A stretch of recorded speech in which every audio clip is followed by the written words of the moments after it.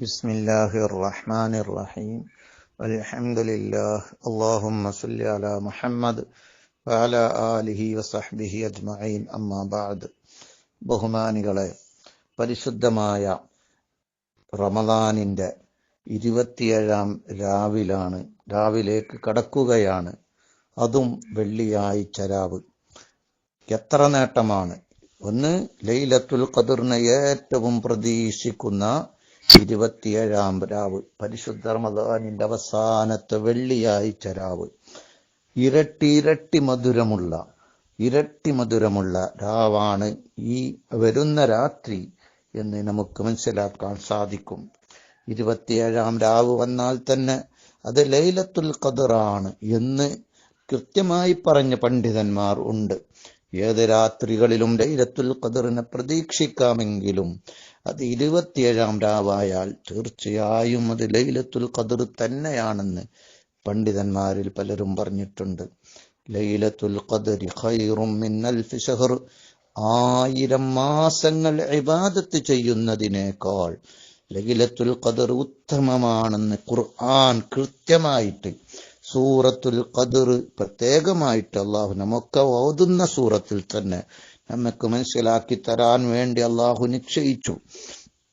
ലൈലത്തുൽ ഖദരി വമാ അദ്റാക മാ ഇന്നാ അൻസൽനാഹു ഫീ ലൈലത്തുൽ ഖദർ.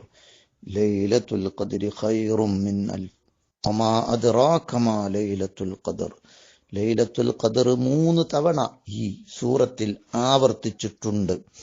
3 തവണ ആവർത്തിച്ചിട്ടുണ്ട്. അത് 27-ാം രാവിലേക്ക് സൂചനയാണെന്ന് പണ്ഡിതന്മാർ വ്യക്തമാക്കിയിട്ടുണ്ട്. ഏതായിരിക്കട്ടെ, വെള്ളിയാഴ്ച രാവ് കൂടിയാകുമ്പോൾ അതിന് തിളക്കം കൂടും. റമദാനിലെ ഓരോ വെള്ളിയാഴ്ചക്കും പ്രത്യേകമായ ശ്രേഷ്ഠതയുണ്ട്.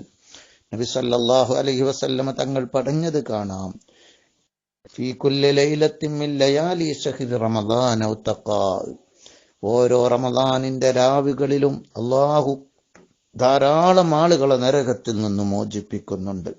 എന്നാൽ ഫഇദാ കാന ലൈലത്തുൽ ജുമുഅ, വെള്ളിയാഴ്ച രാവ് ആയിക്കഴിഞ്ഞാൽ, വെള്ളിയാഴ്ചയാണ് പരിശുദ്ധ റമദാനിന്റെ വെള്ളിയാഴ്ച രാത്രി ആയിക്കഴിഞ്ഞാൽ, ഫീ കുല്ലി സഅത്തിൻ മിൻഹാ അൽഫി അതീഖിൻ മിനൻ നാർ. ഓരോ സെക്കൻഡിലും 1000 കോടിക്കണക്കിന് ആളുകളെ നരകമോചനം നടത്തും. വെള്ളിയാഴ്ച രാത്രി ഓരോ സെക്കൻഡിലും, അത് 27 മാത്രമല്ല, മറിച്ച് എല്ലാ വെള്ളിയാഴ്ചയും കോടിക്കണക്കിന് ആളുകളെ നരകമോചനം നടത്തും എന്ന് നബി സല്ലല്ലാഹു അലൈഹി വസല്ലമ തങ്ങൾ പറഞ്ഞതായി കാണാം. അപ്പൊ അവസാനത്തെ വെള്ളിയാഴ്ച 27-ാം രാവ് കൂടി അണയുമ്പോൾ അത് രണ്ടും കൂടി ഒരുമിച്ച് വരുമ്പോൾ എന്തൊരു ശ്രേഷ്ഠതയായിരിക്കും ഈ രാവിന് ഉണ്ടാവുക എന്ന് നമുക്ക് ഊഹിക്കാൻ മാത്രം മതി. ലൈലത്തുൽ ഖദർ ആവാൻ ഏറ്റവും സാധ്യതയും പ്രതീക്ഷിക്കേണ്ടതുമായ രാവാണ് ഈ വെള്ളിയാഴ്ചയിലെ ഈ 27-ാം രാവ്. ഇതൊരു സുവർണാവസരമാണ്.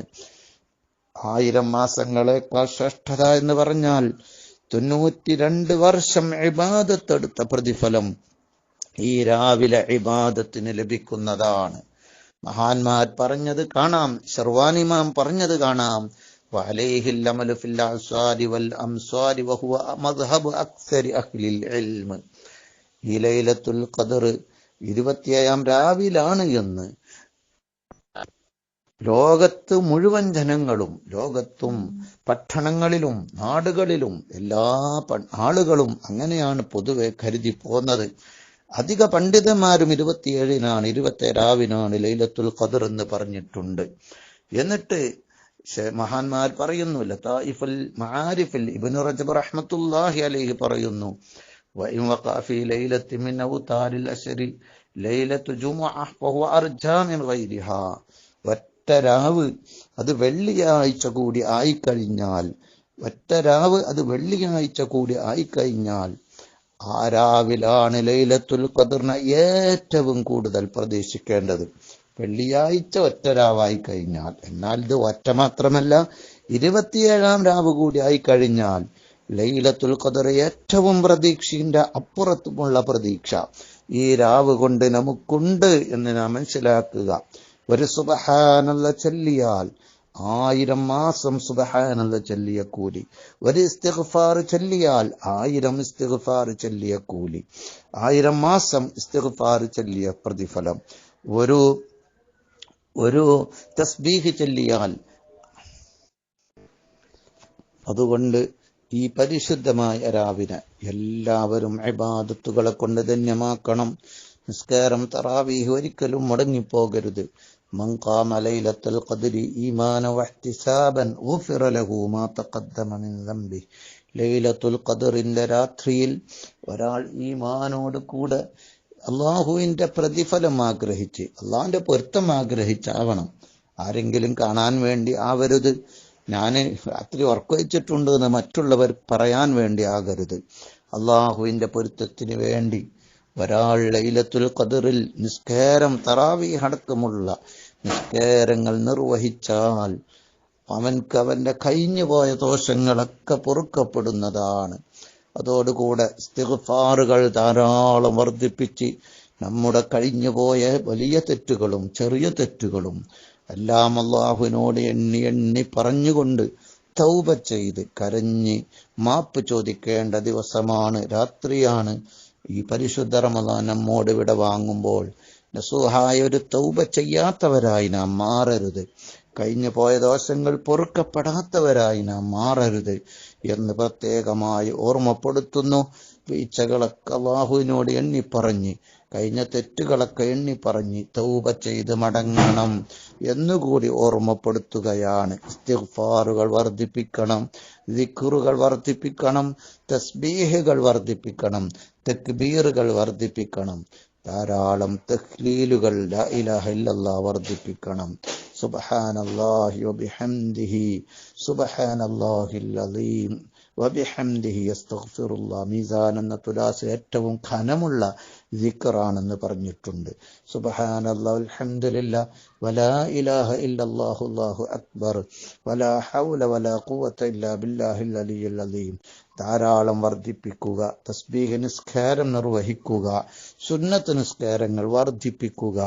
ഖുർആൻ ഓരോ അക്ഷരങ്ങൾക്കും 10 ഹസനത്താണ്, 10 ഇരട്ടി ഹസനത്താണെന്ന് കാണാം.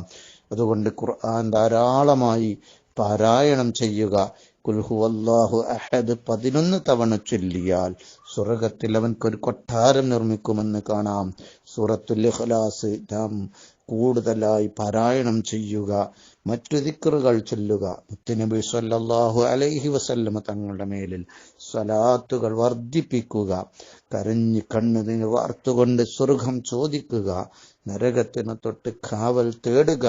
നമുക്കൊക്കെ മരിക്കേണ്ടവരാണ്. അടുത്ത റമദാൻ നാം അവശേഷിക്കുമോ എന്ന് നമുക്കറിയില്ല.